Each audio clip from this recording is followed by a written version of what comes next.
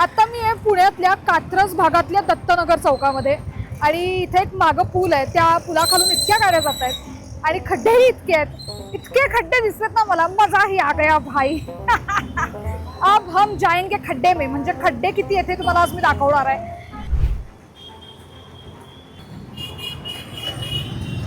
हे बघा इथून लोक पुलाखालून जातात आणि इथे एक खड्डा आहे.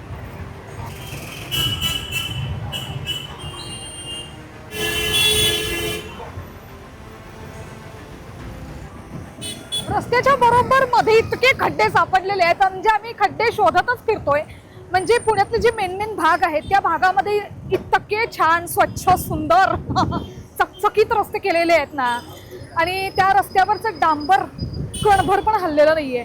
पण हे असे छोटे छोटे भाग आहेत त्या भागातच काय इतके खड्डे आहेत.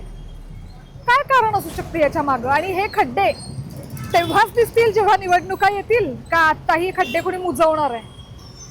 विचारूया इथल्या आजूबाजूच्या लोकांना. चला आज तो बहुत मजा आएगा भाई. आज खड्ड्यात जायचंय आपण. कसं वाटतंय खड्डा बघून दुकानासमोर खड्डा आहे वाटतंय कसं. काय किचकिच होती पावसामुळं. आणि काय होतंय एवढंच होतंय. मला सांगा खड्ड्याकडे बघून कसं वाटतंय. काय गाड्या खराब होत्या त्या माणसांना येणं जाणं गर्दी होती रस्ता नीट नसल्यावर. असं होतंय.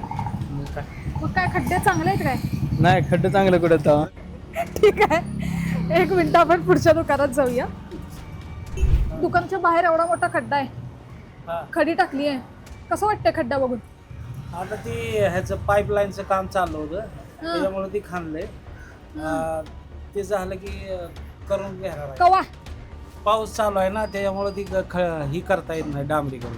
पाऊस चालू आहे. हा आता पाऊस बंद झाला की करतील. मग विचार नाही काय पावसात कशाला काढलं म्हणायचं काम.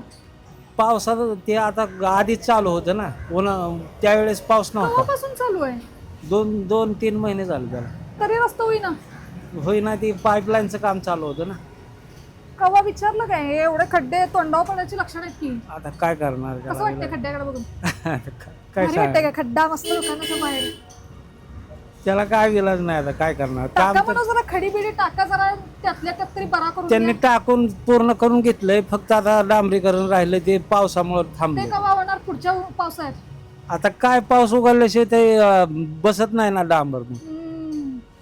उन्हाळ्यापासून काम चालू आणि अजून डांबर टाकलंच नाही. हा एवढंच राहिलंय हिथून त्या मंदिरापर्यंत हे राहिले. एवढंच आहे. हा बाकीचं झालंय. बाकी झालंय. हा बरं चालतंय. पहिली गोष्ट म्हणजे चूक तुमची आहे.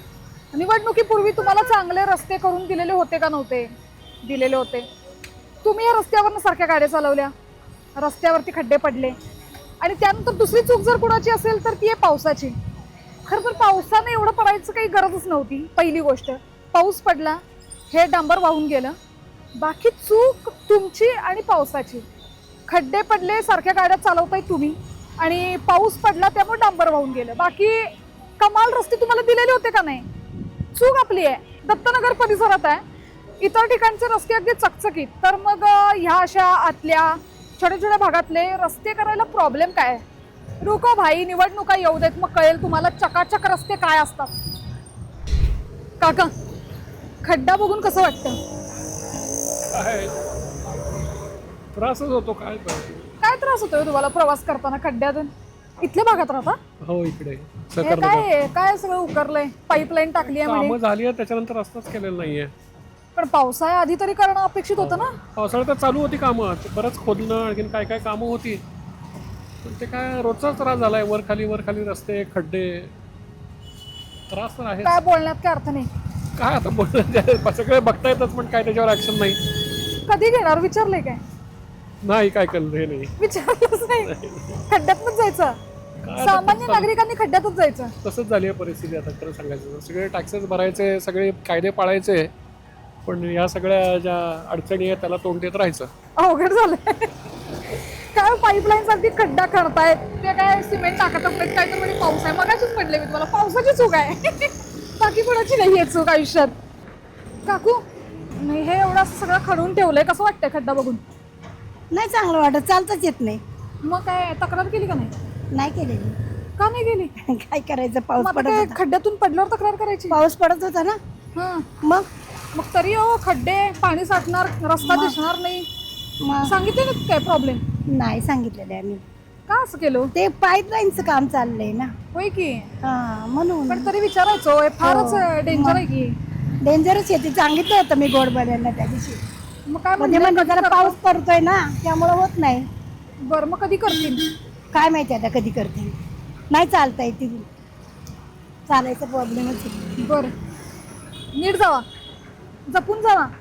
आणि रस्ता क्रॉस करताना खड्ड्यातून आजूबाजूला बघायचं, गाड्या नाहीये तसं बघून पटकन पळायचं, म्हणजे खड्ड्यातलं पाणी अंगावर उडत नाही. खड्डा बघून कसं वाटतं सांगा मला? रस्त्या बघून काय वाटतंय? खड्डा, रस्त्यामध्ये खड्डे आहेत, खड्ड्यामध्ये रस्ते आहेत.